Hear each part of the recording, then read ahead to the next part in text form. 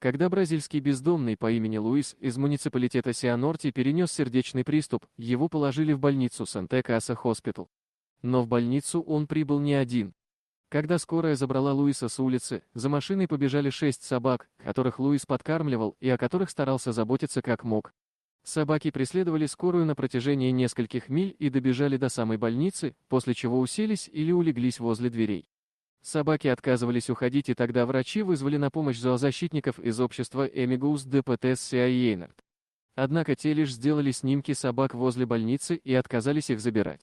Они были уверены, что собаки дождутся выздоровления Луиса и потом вернутся с ним обратно на ту улицу, где жили ранее. Луис жил на одной и той же улице как бездомный уже около 20 лет. Местные жители давно привыкли к нему и его собакам. Луис был отнюдь не без родственников, и они неоднократно предлагали ему помощь, но он упорно отказывался, ему нравилась жизнь такая, какая у него была. Он жил со своими собаками, и у него все было вполне нормально, рассказывает один из волонтеров Amigos de Pates. В ту ночь у него случился приступ, и собаки последовали за ним и потом скулили и выли возле дверей. Луис провел в больнице ночь и день, и когда его состояние стабилизировалось, его выпустили на попечение его брата.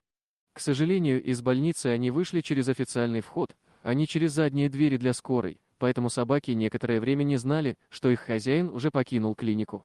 Но вскоре Луис вернулся за собаками, и они побежали за ним. Сейчас Луис и его собаки уже по-прежнему сидят на том же месте на улице, где привыкли. Дорогие друзья, если вам понравилось видео, поставьте лайк, а также подписывайтесь на канал, где найдете еще много интересного.